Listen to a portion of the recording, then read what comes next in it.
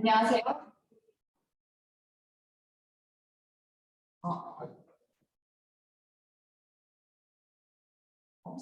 시작할까요? 네. 다시 시작하겠습니다. 안녕하세요. 오늘 IT 테크 전문가를 위한 데브옵스 제2의 웨비나 진행을 맡은 김상욱입니다. 안녕하세요. 저는 오늘 맵프링을 담당할 이은주입니다. 네, 안녕하세요. 저는 오늘 발표를 맡은 김대웅입니다. 네, 오늘 이렇게 웨비나 참여해주신 여러분께 감사의 말씀을 드립니다. 이은주님, 오늘 웨비나 주제는 디지털 전환 시대, 최신 CI/CD 트렌드인데요. 어떤 내용일까요? 네, 최근 디지털 전환이 가속화되면서 기업에서 어플리케이션을 보다 짧은 주기로 전달하는 데브옵스 문화가 무르익고 있습니다. 이 중 CI/CD는 어플리케이션의 개발에서 데브오프까지 단계를 자동화하는 것이 그 목표인데요. 이 CI/CD 역시 이 시대의 새로운 기술들과 접목되면서 점차 그 방법과 방향이 변화하고 있습니다. 그래서 오늘 디지털 전환 시대의 최신 CI/CD 트렌드가 어떻게 되는지, 이를 위해 여러분이 준비할 것이 무엇인지 살펴보는 시간을 가지도록 하겠습니다. 네, 잘 부탁드립니다. 그럼 시작하기 앞서 먼저 웨비나 이벤트와 공지사항에 대해 잠시 안내해드리겠습니다. 웨비나 진행 중에 궁금한 사항을 채팅창에 남겨주시면 발표 이후 Q&A 시간에 답변드리겠습니다. 그리고 채팅으로 글을 남겨주실 때 대상을 가급적 모두에게 설정 후에 글을 남겨주시면 감사하겠습니다. 질문을 남겨주신 분들 중 추첨을 통해 스타벅스 커피 쿠폰을 선물로 드릴 예정이니 참가자분들의 많은 부탁드리겠습니다. 그럼 발표를 시작해 보도록 하겠습니다. 네, 오늘 진행할 주제는 앞서 말씀드렸듯이 디지털 전환 시대의 최신 CI/CD 트렌드에 대한 내용이 되겠습니다. 우선 첫 번째로는 CI/CD는 데브옵스를 하기 위한 한 부분이라고 할 수 있는데요. 데브옵스 우선 개념에 대해서 알아보고요. 전통적인 CI/CD 방식과 그 단점에 대해서 알아보도록 하겠습니다. 그리고 파트 2에서는 이런 CI/CD의 어려운 점, 즉 단점에 대해서 현재 기술로 어떻게 풀어가고 있는지에 대해서 최신 트렌드를 확인하고, 파트 3에서는 이런 최신 트렌드에 대해서 준비하고 고려해야 할 점에 대해서 알아보도록 하겠습니다. 이에 관련돼서 김대웅 님이 발표 진행 부탁드립니다. 네, 그럼 발표를 시작하도록 하겠습니다. 먼저 저는 데브옵스의 개념부터 시작을 해서 CI/CD의 개념을 한번 살펴보고요. 그리고 나서 CI/CD가 전통적으로 어려웠던 이유에 대해서 한번 살펴보겠습니다. 먼저 데브옵스입니다. 제가 생각했을 때 데브옵스는 이 개발과 운영을 따로 보지 않고 이를 잘 어우르는 문화와 프로세스를 만들어서 애자일한 프로젝트가 더욱 잘 수행될 수 있도록 도와주자는 시도라고 생각을 하는데요.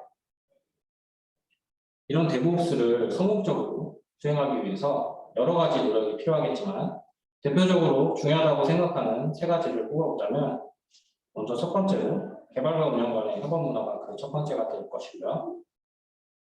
그리고 두 번째로 이 데브옵스 프로세스를 구성하기 위해서는 여러 가지 컬렉 도구들을 인테그레이션해서 사용하게 되시는데, 이때 이 컬렉 도구에 문제가 생기더라도 이 컬렉 도구를 반복적으로 재구성할 수 있도록 구축의 노력을 꾀하시는 것이고요. 그리고 세 번째가 이 데브옵스 프로세스를 효율적으로 운영하기 위해서 지속적으로 개선해 나가는 작업이 되겠습니다. 그래서 이렇게 성공적으로 데브옵스를 기업에 안착시키신다면 고객의 니즈를 빠르게 반영하고, 그리고 이를 개발하고 테스트하고 배포하고 운영하는 과정을 통해서 시장 변화에 대해서 기민한 대처가 가능하고요.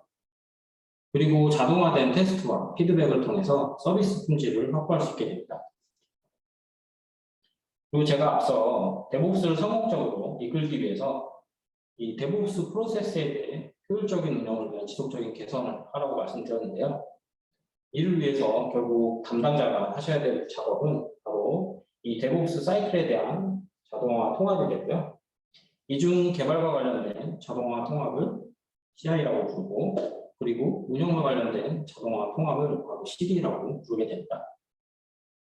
그리고 데브옵스에서는 이 개발과 운영을 따로 보지 않기 때문에 마찬가지로 CI/CD 이렇게 붙여 부르게 되는 것이죠. 네, 저희가 데브옵스와 CI/CD에 간단 설명을 들어봤는데요. 그런데 보통 CI/CD는 CI/CD 파이프라인이라고 불리는데 그 이유가 따로 있을까요? 네, 상훈님 좋은 질문 감사드립니다. 네, 그 이유는 어플리케이션이 개발에 대한 계획부터 그리고 이 어플리케이션이 프로덕션 환경에 배포되기까지의 과정을 보시면 마치 우리 파이프라인을 타고 흐르는 것처럼 보이기 때문인데요. 이 중 개발을 계획해서 개발을 실제로 수행하고 유닛 테스트를 거쳐서 빌드된 결과물을 패키지해서 파일 서버에 올리는 과정을 자동화하고 통합하는 것이 바로 Continuous Integration, 즉 CI라고 부르고요. 이렇게 파일 서버로부터 빌드된 결과물을 받아서 QA 환경과 스테이지 환경을 거쳐 비즈니스 테스트를 수행하고 그리고 최종적으로 프로덕션 환경의 배포하기까지의 과정을 자동화하고 통합하는 것을 바로 Continuous Delivery, 즉 CD라고 부르게 되고요. 이 과정을 보시면 유닛 테스트라든지 그리고 비즈니스 테스트 같이 기능과 비기능에 대한 테스트가 지속적으로 같이 수행되기 때문에 그 안에는 Continuous Testing, 즉 CT의 개념이 같이 숨어 있게 됩니다. 그리고 파이프라인을 설계하기 위해서는 두 가지 사항을 더 고려하셔야 되는데요.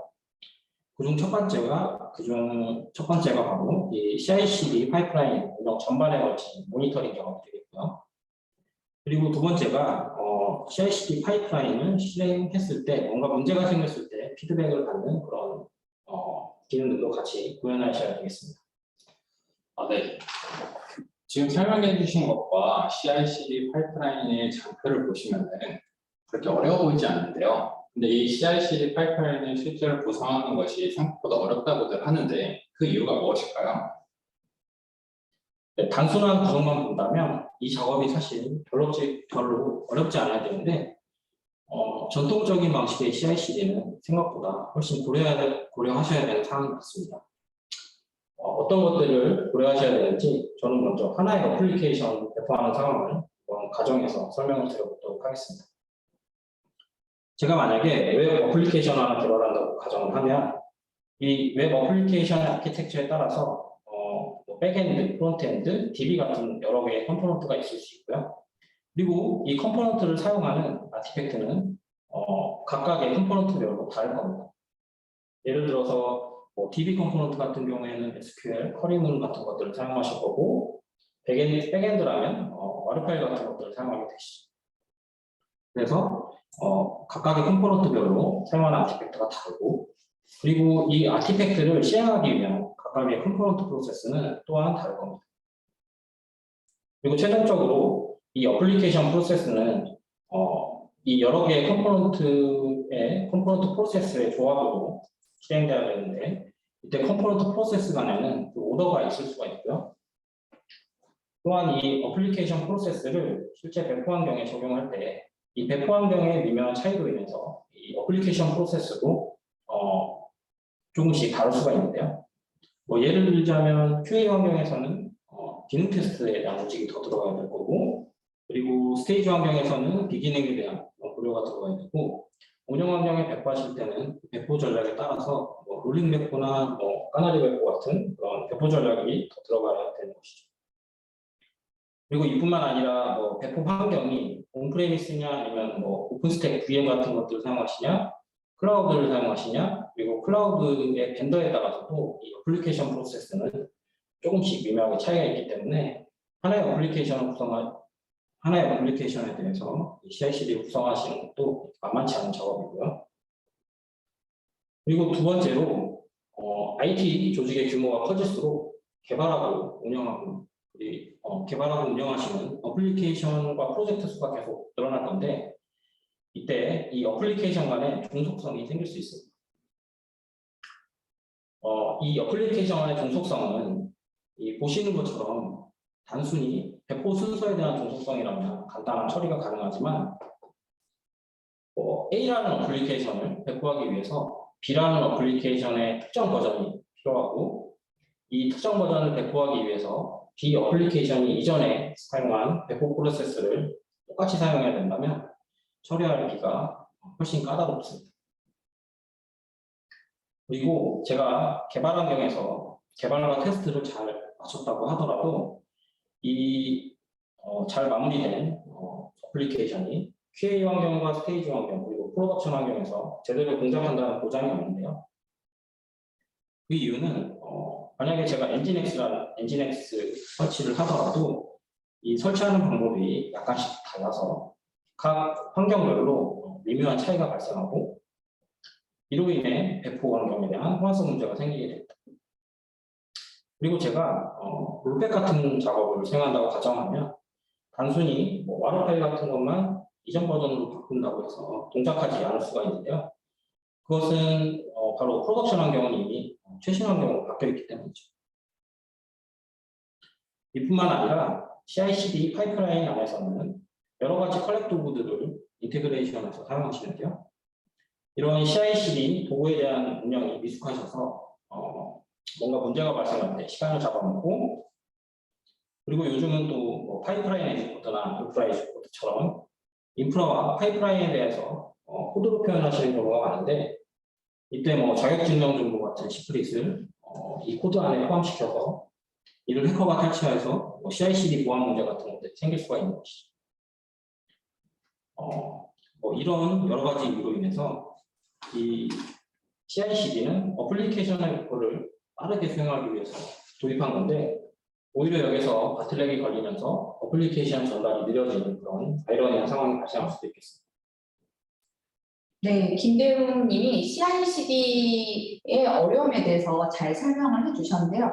실제 이제 데브옵스가 아주 우리 그 개발이나 운영에 도움이 되고 그렇기 때문에 해야 된다는 것은 다들 개발을 하면서 느끼고 있고 직접 실행을 하고 계십니다. 하지만 처음에 이제 접근을 할 때 각 툴체인에 대한 자동화에서 머물게 되고요. 그 자동화를 하다 보니까 각각 시스템마다 로그인을 해서 테스트를 돌릴 때도 로그인을 해야 되고 다양하게 아이디 패스워드가 그 스크립트 안에 녹여져서 들어가야지 제대로 되는 경우가 있거든요.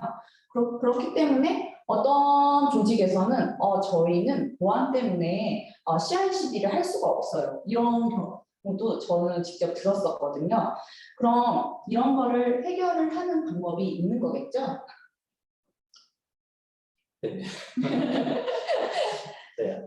앞서 살펴보았듯이 이 전통적인 방식에서의 CI/CD는 여러 가지 숙제가 있었는데요. 하지만 요즘은 기업에서 이 리눅스 컨테이너를 사용하기 시작하면서, 그리고 리눅스 컨테이너를 사용해서 CI/CD를 수행함으로써 이 앞서 살펴보았던 이 배포 환경 차이로 인한 문제라든지 아니면 배포 프로세스가 점점 어려워지는 문제에 대해서 손쉽게 해결할 수 있게 되었습니다. 이를 위해서 저는 먼저 컨테이너가 무엇인지 먼저 풀어가도록 하겠습니다. 컨테이너는 VM과 달리 호스트의 커널을 공유해서 사용되는 일종의 경량화된 VM이라고 생각하시면 되는데요. 이 컨테이너를 실행하기 위해서는 이 파일에 어플리케이션에 필요한 어플리케이션 코드, 그리고 라이브러리, OS 런타임 같은 정보를 넣고 빌드 명령을 수행해서 이미지를 붓고요. 단순히 이 이미지를 런 명령을 통해서 실행하면 실행이 되게 되겠습니다. 그리고 이때 사용되는 이미지는 이미지 레파지토리에 푸시 명령을 통해서 태그를 넣어서 저장할 수 있고요. 그리고 이 이미지 레파지토리에 연결되어 있는 호스트 어디에서든지 풀 명령을 통해 이미지를 다운로드 받고, 그리고 런 명령을 통해서 컨테이너를 실행함으로써 이 개발 환경과 동일한 환경을 보장해주게 되는 것이죠. 그래서 컨테이너를 사용하면 VM 대비 호스트의 커널을 공유하기 때문에 OS 이미지에 대한 고려가 빠지고, 그래서 좀 더 빠르고 가벼운 상태로 실행이 되게 되고요. 또한 VM과 마찬가지로 항상 일관성 있는 환경을 보장해주게 됩니다. 그래서 제가 개발에서 사용한 환경 그대로 QA 환경과 스테이지 환경, 그리고 프로덕션 환경에 배포할 수 있게 됨으로써 이 배포 환경에 대한 호환성을 보장해주게 되고요. 그리고 이미지 레파지토리를 통해서 이 배포 환경이 버전 관리되면서 이 롤백 같은 작업이 굉장히 손쉬워지게 되는 것이죠. 그래서 컨테이너를 사용하시면 어플리케이션의 개발과 테스트, 배포, 그리고 롤백, 그리고 여러 가지 전반적인 관리를 좀 더 편안하고 또 안정적으로 수행할 수도 있게 됩니다. 네, 저희가 실제로 운영하고 있는 웹 서비스를 생각해보면 이제 인스턴스가 트래픽에 따라 오토 스케일링이 되거나 혹은 이제 로드 밸런스 같은 것들 같은 이제 인프라적인 요소들과 붙여서 운영이 되는데요. 이 컨테이너만으로도 이런 것들이 가능한가요? 네, 컨테이너만 사용하더라도 예를 들어서 하나의 노드에서 포트 오픈 같은 작업을 통해서 그 외부 트래픽을 받는 것은 가능한데요. 하지만 이제 실제 어플리케이션 운영 환경에서는 하나의 노드에서 모두 서비스를 운영할 수는 없기 때문에 그래서 컨테이너는 보통 컨테이너 운영 도구와 같이 사용되는 것이 일반적입니다. 이런 컨테이너 운영 도구는 세 가지 필수 기능을 가지고 있는데요. 그 첫 번째가 그 여러 개의 노드를 마치 하나의 서버처럼 관리해주는 클러스터링 기능이고요. 그리고 그 두 번째는 이 노드별로 리소스 리밋이 다 다른데 이때 비어있는 노드를 잘 확인해서 컨테이너를 적절히 배치해주는 스케줄링 기능이 두 번째가 되겠고요. 그리고 세 번째는 컨테이너 간의 통신이 필요할 때 이를 잘 처리해주는 서비스 디스커버리 기능을 기본적으로 제공해주고 있습니다. 그래서 이런 컨테이너 운영 도구를 사용해서 컨테이너를 운영하시면 여러 노드의 컨테이너를 알맞게 배포할 수 있고요. 그리고 트래픽에 따라서 컨테이너를 스케일링 아웃할 수도 있고, 그리고 플러그인 설치를 통해서 모니터링 같은 작업도 수월하게 하실 수가 있게 되는 것입니다.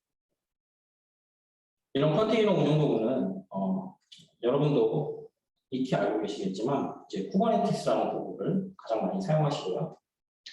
이 쿠버네티스가 대세가 되면서 이 쿠버네티스 매니지드 서비스를 클라우드 벤더에서도 제공하기 시작했고, 이런 제품 중에는 뭐 EKS라든지 그리고 애저의 AKS 그리고 구글 클라우드 플랫폼의 GK 같은 제품이 있고, 오픈스택이나 온프레미스 환경에서 이 쿠버네티스 네이티브보다 조금 더 편리한 사용을 보장해주는 오픈시프트 같은 제품도 많이 사용하고 계십니다.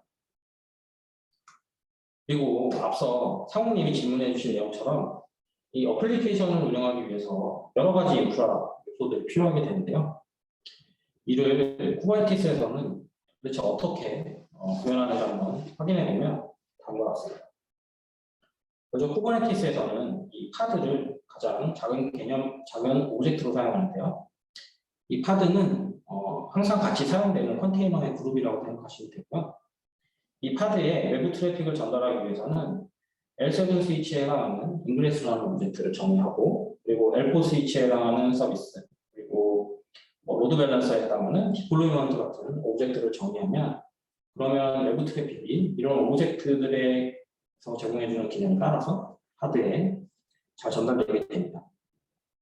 이뿐만 아니라 제가 하드의 정보를 외부 볼륨에 저장해야 된다고 한다면 이때는 퍼시스턴트 볼륨이라는 오브젝트를 통해서 파드의 정보를 외부 볼륨과 연결해서 저장할 수 있고요. 그리고 코드의 상태를 스케줄링 하다가 뭔가 이상이 생겼을 때 이 파드의 개수를 늘려주거나 리소스를 확장해주는 오토스케일러 같은 그런 오브젝트들도 제공해주고 있습니다. 이런 인프라 오브젝트는 쿠버네티스에서 보시는 것처럼 코드로 표현되고요. 이를 쿠버네티스 매니페스트라고 부릅니다. 이 쿠버네티스 매니페스트는 결국 인프라에 대한 표현을 하는 것이기 때문에 어플리케이션의 인프라는 컨테이너 운영 환경에서는 항상 버전 관리가 돼야 되지 않죠. 그렇기 때문에 이때 많이들 사용하시는 도구가 바로 헬름이라는 도구가 있고요. 헬름을 사용하시면 이 차트라는 폴더 안에 쿠버네티스 매니페스트를 넣고 패키지한 다음 이 차트 레파지토리에 인덱스를 넣고 푸시할 수 있어서 이 인프라 환경에 대한 버전 관리를 손쉽게 할 수 있고요. 그리고 이 헬름 도구에서 제공해주는 CLI와 API가 굉장히 사용이 손쉽기 때문에 단순히 헬름 인스톨이라는 명령을 통해서 차트 레파지토리로부터 원하는 차트를 다운로드받고 이를 통해서 어플리케이션을 클러스터에 손쉽게 배포할 수 있게 됩니다. 그래서 이런 헬름 도구는 보통 CI/CD 도구랑 연계해서 사용하시면 그 궁합이 굉장히 좋다고 생각하시면 되겠습니다. 결과적으로는 컨테이너 자체만으로 이제 단독으로 사용하지 않고 컨테이너 운영 도구와 함께 사용해서 클러스터 구조를 만들어 운영해야 되는 거군요. 그렇다면은 이 컨테이너 기반에서 어플리케이션 배포 매니지를 어떻게 진행이 되나요? 네, 컨테이너 운영 환경에서의 어플리케이션 배포를 좀 이해를 좀 돕기 위해서 저는 한번 수동 배포하는 상황을 한번 구별을 한번 해보겠습니다. 먼저 개발자는 소스 코드를 만들고요. 그리고 나서 빌드 테스트를 거친 다음에 이 어플리케이션에 대한 도커 파일과 그리고 쿠버네티스에 배포하기 위한 쿠버네티스 매니페스트를 작성하게 되고요. 그리고 이렇게 만든 도커 파일을 빌드해서 이미지를 생성하고 이를 이미지 레포지토리에 저장하는 겁니다. 그리고 나서 이 쿠버네티스 매니페스트를 가지고 실제로 이 클러스터에 어플리케이션 업데이트하는 작업을 수행하게 되고요. 그리고 나서 개발자가 직접 이 클러스터에 접속해서 컨테이너 터미널에 있는 로그를 확인하셔야 돼요. 이 작업을 계속 반복한다고 생각하시면 되겠습니다. 네, 그런데 이런 과정들이 이제 개발자가 소스 코드를 수정할 때마다 반복해야 된다고 하면 오히려 개발자의 집중력이 떨어지고 어플리케이션 개발의 생산성이 떨어질 것 같은데, 그렇다면 이 부분을 이제 CI/CD 파이프라인으로 설계해야 되는 거겠죠? 네, 맞습니다.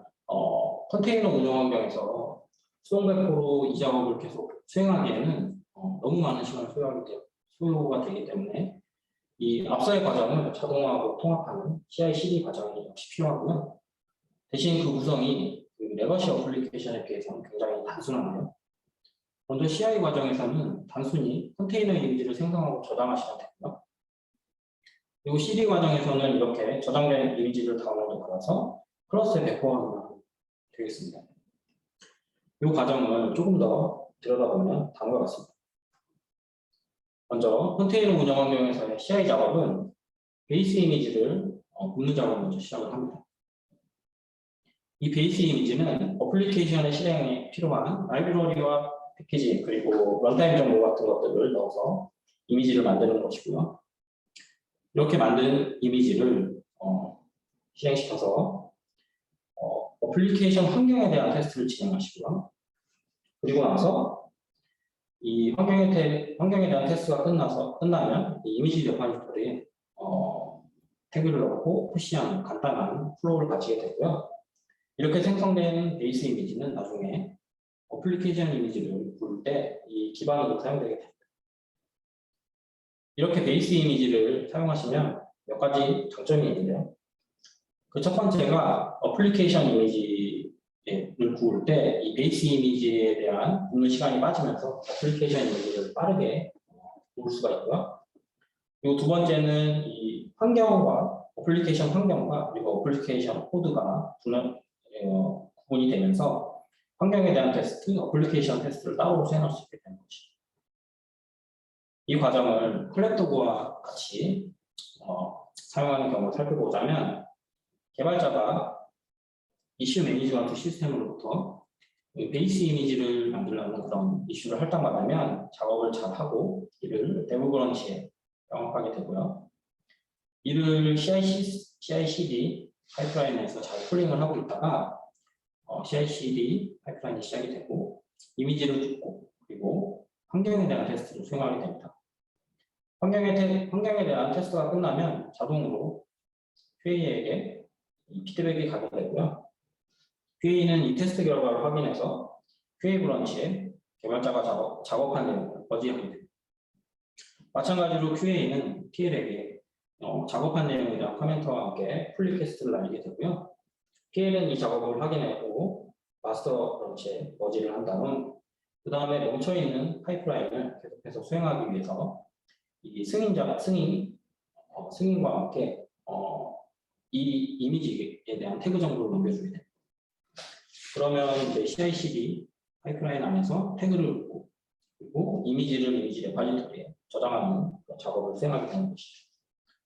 이 과정 중에 이 주황색 부분이 바로 사람이 수행하셔야 되는 일이 되고요. 녹색 부분은 이제 CI/CD 파이프라인 안에서 자동으로 수행된다고 보시면 되겠습니다. 이렇게 베이스 이미지를 부는 작업이 끝나면 그 다음으로는 이제 어플리케이션 이미지를 부는 작업을 수행하게 되고요. 이는 이 베이스 이미지를 기반으로 사용되게 되고 그리고 헬륨 차트에 대한 패키지 작업도 같이 수행하게 되는데 이때 이 템플릿 폴더 안에 테스트 스윗을 같이 넣어주시면 헬름 인스톨 명령을 통해서 클러스터에 애플리케이션이 배포될 때 자동으로 이 테스트 스윗이 실행되면서 애플리케이션에 대한 유닛 테스트를 수행하게 됩니다. 그리고 이 과정이 끝나면 결국 애플리케이션 이미지와 그리고 쿠버네티스 매니페스트 차트에 대한 검증이 끝났기 때문에 각각의 레퍼지토리에 태그를 넣어서 푸시를 하고요. 그리고 최종적으로 클러스터에 배포된 리소스를 정리해주면 이제 CI 작업이 끝나게 되는 것이죠. 마찬가지로 이 작업을 콜렉터와 함께 운영하는 경우를 한번 살펴보시면 앞서 베이스 이미지를 굽는 과정과 거의 유사하지만 몇 가지 차이점이 있고요. 먼저 첫 번째로 애플리케이션 인바이러먼트 테스트가 아닌 이 애플리케이션에 대한 테스트가 수행된다는 점이 한 가지 다르고요. 두 번째는 애플리케이션 이미지뿐만 아니라 이 애플리케이션에서 필요한 인프라에 대한 버전 관리도 같이 고려가 된다는 점. 네, 저희들이 이제 파일 서버에서 와르 파일 같은 것들이 서버에 올리는 것을 이제 전통적인 시스템 방식이었다면은 이 컨테이너 환경에서는 컨테이너 이미지와 이 이미지가 필요로 하는 리소스 같은 것들이 이제 저장되는 구조가 되는 거군요. 그렇다면은 이 컨테이너 운영 환경에서 CD는 어떻게 진행이 되나요? 네, 컨테이너 운영 환경에서의 CD 역시도 그 레거시 애플리케이션이랑 마찬가지로 이 QA 환경에 애플리케이션을 배포하는 작업을 먼저 시작을 합니다. 하지만 이 과정이 이제 헬름 인스톨 명령 하나로 수행이 되고요. 그래서 이 명령을 통해서 이제 패키지된 그 개발 환경과 애플리케이션 코드가 QA 환경에 그대로 배포되게 됩니다. 그리고 보통 QA 환경에서는 이 애플리케이션에 대한 기능 테스트를 수행하게 되시고요. UI 테스트라든지 함수 테스트 같은 것들을 통해서 이제 애플리케이션에 대한 기능 검증을 하게 되고요. 그리고 나서 이제 QA 클러스터에서 배포된 리소스를 정리하고 이 테스트 결과를 피드백으로 받은 QA 엔지니어가 이 공을 이제 스테이지 환경으로 옮기게 되고요. 마찬가지로 이 스테이지 환경에서는 헬름 인스톨 명령을 통해서 이 QA 환경에 배포된 똑같은 애플리케이션과 그리고 그 배포 운영 환경 자체를 이 스테이지 클러스터에 배포하게 되고요. 대신에 QA 환경과 다르게 이 스테이지 환경에서는 이 프로덕션 환경에 배포하기 전에 최종적으로 점검을 하는 스테이지이기 때문에 기능 테스트 말고 비기능 테스트도 같이 진행이 되게 됩니다. 예를 들어서 성능 테스트를 수행하거나 스파이크 테스트 이런 것들을 수행하시는 것이죠. 그리고 마찬가지로 리소스를 정리하고 이 비기능 테스트에 대한 그런 것들을 검토해서 관리자가 이제 최종 프로덕션 환경에 배포하는 승인 프로세스를 타게 되고요. 그러면은 이제 또 프로덕션 환경에서도 마찬가지로 헬름 인스톨 명령을 통해서 동일한 애플리케이션을 배포하고 그리고 배포된 애플리케이션을 관리자와 그리고 데브옵스를 구성하는 모든 구성원들이 모니터링하다가 문제가 생기면 롤백 같은 작업을 이제 수행하게 됩니다. 그리고 이 과정을 컬렉터와 함께 살펴본다면 보시는 것처럼 이 사실 사람이 하는 일은 승인하고 모니터링하는 작업을 수행하시면 됩니다. 지금까지 살펴본 이 CI/CD 과정을 한번 요약을 해보겠습니다. 먼저 CI는 단순히 이미지와 애플리케이션 이미지와 그리고 매니페스트에 대한 차트 정보가 만들어서 저장하시면 되는 거고요. 그리고 CD는 이 각 스테이지 환경에 동일한 애플리케이션을 배포하고 또 동일한 인프라를 배포하고 그리고 각 QA와 스테이지 환경에서 필요한 테스트를 진행하게 되고요.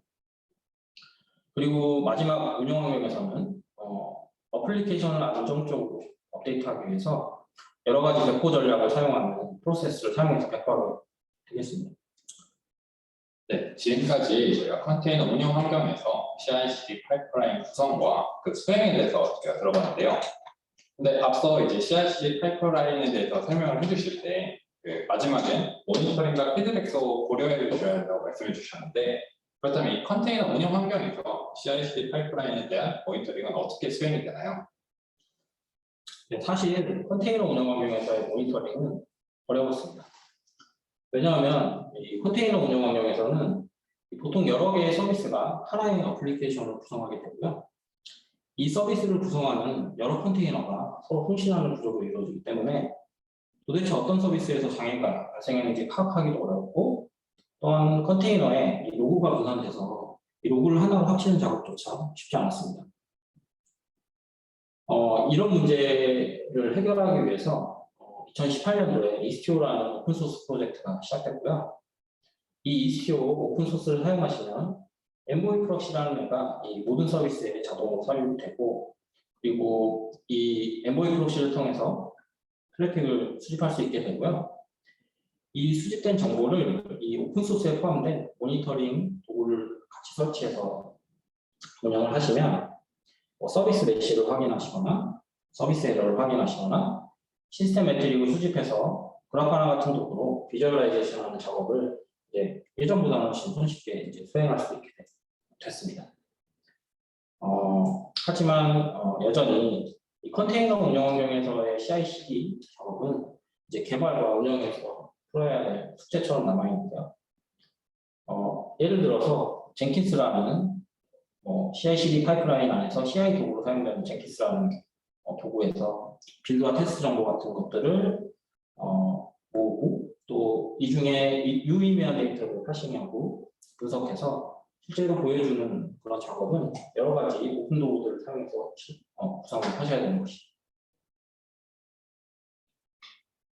네, 김대웅님이 컨테이너와 컨테이너 운영 환경, 그리고 컨테이너 운영 환경에서 CI/CD 환경과 모니터링까지 잘 설명을 해주셨습니다. 지금 질문 올라온 것 중에 그러면 무슨 기준으로 컨테이너로 변환을 해야 되냐, 그렇게 말씀을 많이 하시는데, 기존에 이런 장점 때문에 신규로 개발하시는 거는 지금 많이 컨테이너로 개발을 하고 계시고 이제 하려고 준비하고 계시는 데가 많아요. 그러면 어떤 조직에서는 그러면 우리 레거시를 전부 다 컨테이너로 옮겨야 되겠다, 이런 계획까지 세우고 열심히 시도하시는 데도 있고요. 그럼 이런 되게 컨테이너가 매력적인 거는 틀림없습니다.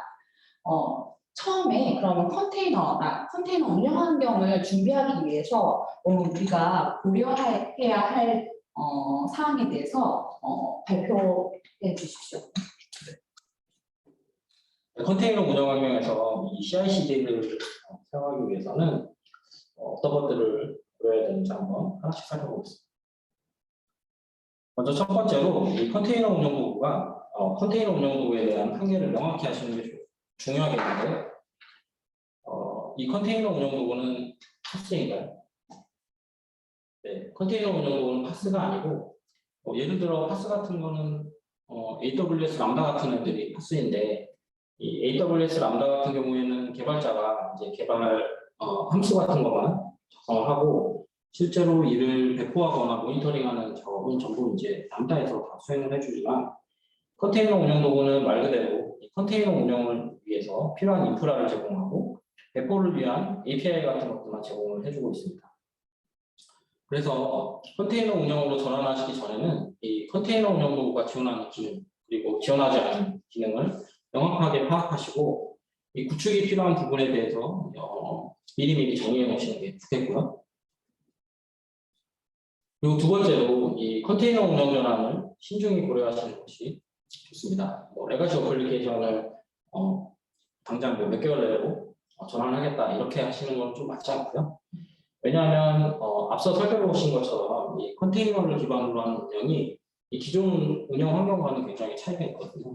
매니페스트를 사용하는 부분도 그렇고, 그리고 서비스 간의 통신하는 이런 구조도 그렇고, 좀 구성의 차이가 많이 있기 때문에 이 경험과 전문성 확보에 시간이 오래 걸리게 되고요. 그렇기 때문에 컨테이너 운영 전환 전에는 반드시 여러 팀이 협의해서 운영 전환을 결정하시고, 만약에 전환 결정을 하셨다고 하시더라도 이 몇 개의 프로젝트 정도, 몇 개의 어플리케이션 정도는 POC를 통해서 이 컨테이너 운영 환경에서 문제가 없는지 확실하게 검증하고 넘어가시는 게 좋겠습니다. 그리고 그 다음으로 컨테이너 운영 경험이 많지 않으실 수 있잖아요. 그렇기 때문에 이 컨테이너 운영 역량에 따라서 적절한 솔루션을 사용하시기를 저는 추천을 드리는데요. 예를 들어서 Kubernetes Managed 서비스인 EKS 같은 것들을 사용하면 이 AWS에서 자체적으로 이 마스터 노드에 대한 관리를 해주고요. 또한 뭐 트래픽에 따라서 로컬 노드에 대한 스케일링 아웃 작업들도 자동으로 수행되고, 또한 모니터링 같은 것들에 대한 웹 콘솔도 AWS 안에서 볼 수 있기 때문에 이 쿠버네티스 매니페스트 죄송합니다. 쿠버네티스 네이티브를 사용하는 것에 대비해서 훨씬 이제 운영이 간편해지는 것이죠. 혹은 온프레미스나 오픈스택을 사용하는 경우도 있으실 건데, 이때는 이제 오픈시프트 같은 도구 사용해서 운영을 하시면은 마찬가지로 웹 콘솔도 제공해주고 있고요. 그리고 내부에 통합된 CI/CD 플랫폼도 제공해주고 있기 때문에 이 쿠버네티스 네이티브에 비해서는 조금 운영도 쉽고, 또 제조사를 통해서 운영 지원 같은 것도 가질 수 있습니다. 그리고 CI/CD 이 파이프라인에 들어가는 프로세스에 대해서 항상 보안을 신경 쓰시라는 점을 저 말씀드리고 싶은데요. 이 CI/CD 파이프라인을 설계하실 때는 항상 이 시크릿 정보는 볼트 같은 보안 도구에 저장을 하시고, 항상 인간의 사용자만 이 시크릿에 접근할 수 있도록 구성을 하셔야지 이제 보안 사고가 일어나지 않게 된다고 생각을 하고 있습니다. 다음으로 고려하실 점이 이제 인프라와 툴체인에 대한 구성 작업하고 한번 고려를 해보시는 것을 추천을 드리는데요. 예를 들어서 뭐 테라폼 같은 프로비저닝 도구를 사용하셔서 컬렉터와 그리고 클러스터 생성 같은 것들에 대해서 코드를 통해서 프로비저닝 할 수 있도록 미리 작업을 해놓으시면 이제 운영 환경이나 컬렉터부에 문제가 생기더라도 이제 수분대로 다시 이를 복원할 수도 있고요. 또 새로운 환경에 이제 클러스터를 배포해야 된다거나 CI/CD 환경을 구축할 때 손쉽게 이런 작업들을 가능하게 만들 수 있기 때문에 인프라와 툴체인에 대한 구성 작업을 한번 생각해 보시는 게 좋겠습니다. 그리고 마지막으로 이 적절한 CI/CD 도구를 선정하라는 것을 좀 당부드리고 싶은데요. 왜냐하면 이 CI/CD 안에는 여러 가지 컬렉 도구들이 들어가죠. 그리고 실제로 기업에서 여러 개의 팀이 사용하는 컬렉 도구들이 다 다를 수가 있습니다. 그렇기 때문에 이 CI/CD를 운영하는 CI/CD 도구는 이런 여러 가지 협업 도구와 인테그레이션이 되는지 항상 확인을 해주셔야 되고요. 그리고 지금 프로젝트 팀이 사용하는 프로그래밍 언어나 플랫폼과 프레임워크 같은 것들도 지원을 하고 있는지 반드시 체크를 해주셔야 되겠습니다. 그리고 이제 CI/CD 파이프라인에 표준 디자인은 없지만 이 CI/CD 파이프라인이 시간이 지나면서 이제 점차 복잡해지고 길어지기 때문에 이를 손쉽게 구성할 수 있는 인터페이스를 가진 도구를 선택하는 것이 좋습니다. 저 같은 경우에는 이런 단순한 1차원적인 파이프라인보다는 보시는 것처럼 칸반뷰 형태의 파이프라인을 좀 선호하는 편이고요. 이 칸반뷰 형태의 파이프라인을 사용하시면 이제 QA 환경, 스테이지 환경, 프로덕션 환경별로 파이프라인을 따로 구성하실 수 있고요. 드래그 앤 드랍으로 테스트 같은 것도 위에 작업 가능하기 때문에 칸반뷰 형태의 파이프라인이 있는 도구가 있다면 검토해 보시는 것도 괜찮습니다. 그리고 피드백을 받을 수 있는 그런 도구는 어떤 것들이 있고, 이런 도구로 피드백을 줄 수 있는지도 한번 확인해 보시고, 또 CI/CD 파이프라인을 사용하시다 보면 이 승인 프로세스 테이블이 굉장히 많기 때문에 이 승인 프로세스의 피처가 어떤 것들을 지원해주고 있는지 한번 확인해 보시는 것도 중요하고요.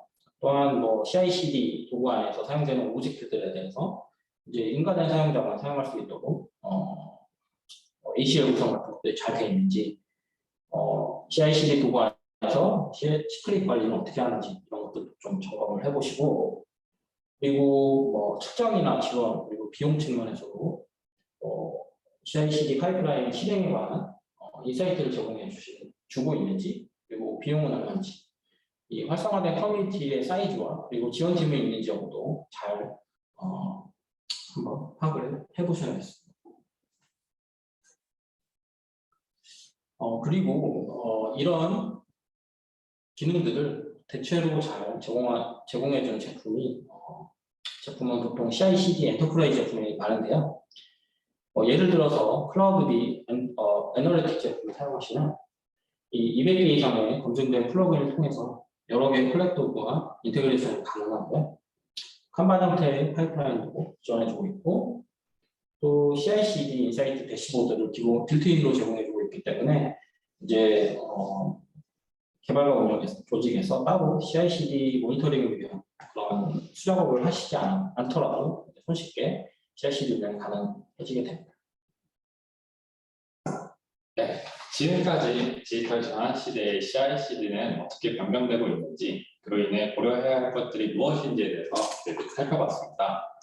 저희 플랜티어 IDT 사업부에서 에자일로 유명한 아틀라시안 제품, 데브옵스 플랫폼인 젠킨스 엔터프라이즈 회사인 클라우드비즈, 프로비저닝 자동화 시크릿 보안 관리와 컨테이너 운영 도구를 가진 하시코프, 테스트 플랫폼으로 유명한 트리센티스 제품을 판매 및 운영 가이드해드리고 있으며, 고객의 다양한 요구에 맞게 컨설팅과 교육 및 도구를 제공하고 설계 구축하며 운영 지원해드리고 있습니다. 네, 그러면 저희가 이제 간단하게 Q&A 시간을 가져보도록 하겠습니다.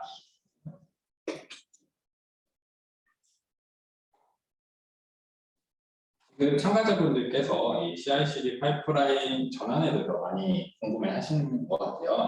질문들도 다 그런 내용인데 이 중에서 저희들이 시간 관계상 몇 가지만 선택을 하여서 답변을 해드리도록 하겠습니다. 우선은 이런 질문인데요. 컨테이너 기반으로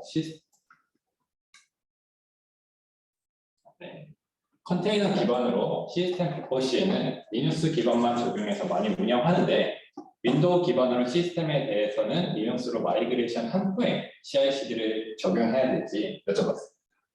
네. 제가 알기로도 이제 윈도우 시스템에서의 컨테이너 운영은 요즘 이제 막 시작되고 있다고 들었고요. 보통은 이제 서버 환경이 리눅스 환경이기 때문에 리눅스 환경으로 마이그레이션 한 후에 이제 CI/CD를 적용하시는 게 맞을 것 같아요. 네, 그러면은 또 이런 질문이 있었는데요. CI/CD 배포 시에 에러가 난 경우에는 어떻게 대처를 하는지에 대해서 질문이 올라왔습니다. 배포에 에러가 났을 때 보통 CI/CD 도구 안에 보시면 이 에러 처리를 핸들링하는 그 피처들이 다 각각 다른데요. 네. 예를 들어서 뭐 에러가 났을 때 거기에서 테스트를 중지하거나 아니면은 CI/CD 과정을 중지하거나 아니면은 다시 그 태스크를 실행한다거나 아니면 롤백하는 방법도 있죠. 그래서 아까 컨테이너를 쓰면은 계속 버전 관리가 되고 또 그 동일한 환경이기 때문에 이전 버전으로 만약에 에러가 났다 할 경우에는 바로 이전 버전으로 돌리면 돼서 그게 저는 가장 매력적인 것 같아요. 컨테이너를 사용하면. 네, 그리고 세 번째 질문으로는 이제 대규모 소프트웨어 개발 시에 CI/CD 체계로 분산 개발 배포하는 구조를 구성해서 운영하고 싶은데 여기에 대한 베스트 프랙티스 사례가 있는지 그리고 그게 가능할지에 대한 질문이 있었습니다. 지금 뭐 국내에서도 그렇게 많이들 하고 계시고요. 해외에서는 진작에 다 그렇게 하고 계시는데 우선 그거를 갖다가 뭐 오픈소스로 하는 경우는 엄청난 많은 리소스가 들게 되고요. 그래서 엔터프라이즈 제품을 많이 사용을 해서 운영을 좀 더 편리하고 하게 하고 또 모니터링하고 그다음에 그 해당되는 피드백을 사용을 해서 구성을 하고 있는 걸로 저희도 알고 있고 그렇게 구성을 하고 있습니다.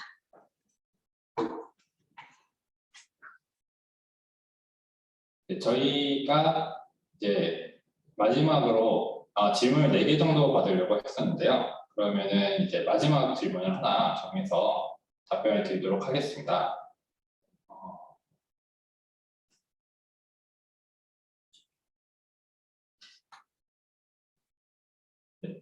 레거시 기반에서 컨테이너 기반 DevOps로 전환하기 위해 일반적으로 어느 정도 시간이 걸릴지 준비해서 시행까지에 대해서의 질문이 있었습니다.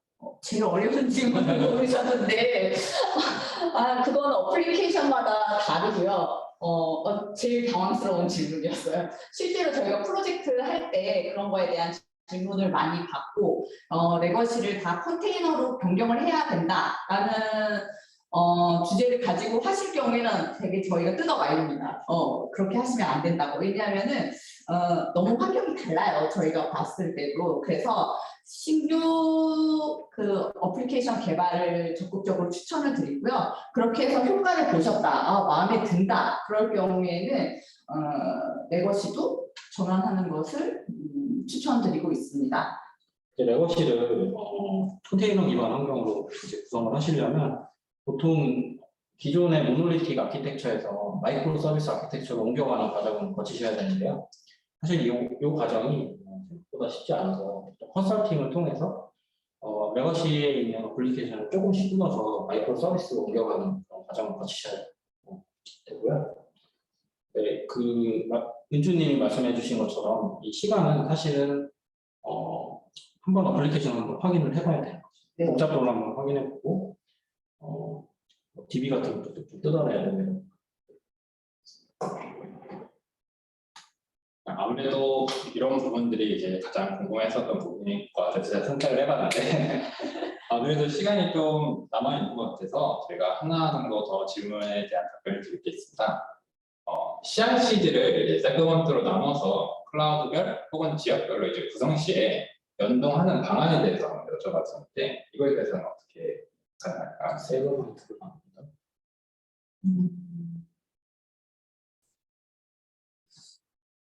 그 멀티 클라우드를 얘기하시는 것 같은데요. 이제 멀티 클라우드를 어떻게 혹시 다른 질문이시면은 메일로 남겨주시면 저희가 거기에 대한 답변을 남겨드리고요. 답변은 이제 멀티 클라우드에 대해서 답변을 드리겠습니다. 요즘 클라우드를 하나만 사용을 하시는 게 아니고 뭐 애저, 뭐 AWS, 뭐 요즘은 네이버 클라우드까지 다양한 클라우드를 직접 사용을 하고 계시더라고요.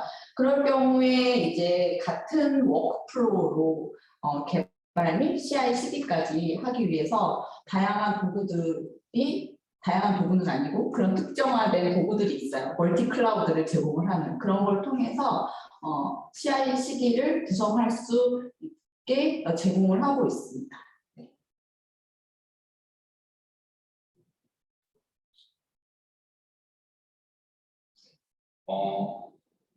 그렇다면은 이 질문이 중복되는 것 중에 이제 하나가 올라오는 게 이제 아무래도 컨테이너가 저희들이 소개를 시켜드렸는데 이 윈도우 OS에 대해서 질문하시는 분들이 꽤 있어요. 그래서 이제 데브옵스 구성을 할 때 컨테이너를 사용한다면은 이 윈도우 OS에 대해서 솔루션이 별도로 있는지 혹은 다른 방법들이 있는지에 대해서 질문이 왔었습니다. 윈도우 OS에서 컨테이너 구성은 아마 제가 알기로는 약간 VM웨어 같은 식으로 이런 컨테이너를 띄우는 식으로 마이그레이션하는 경우가 많은 것으로 알고 있고요.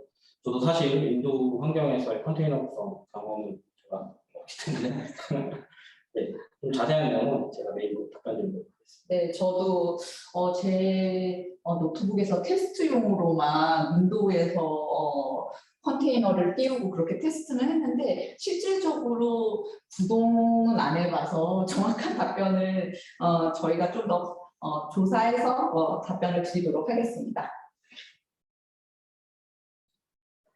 네, 그러면 저희 Q&A 시간을 여기까지 가져보도록 하고요. 질문 중에 저희가 답변을 다 해드리지 못한 부분이나 혹은 더 자세한 사항에 대해서는 추후 개별 이메일로 답변해드리도록 하겠습니다.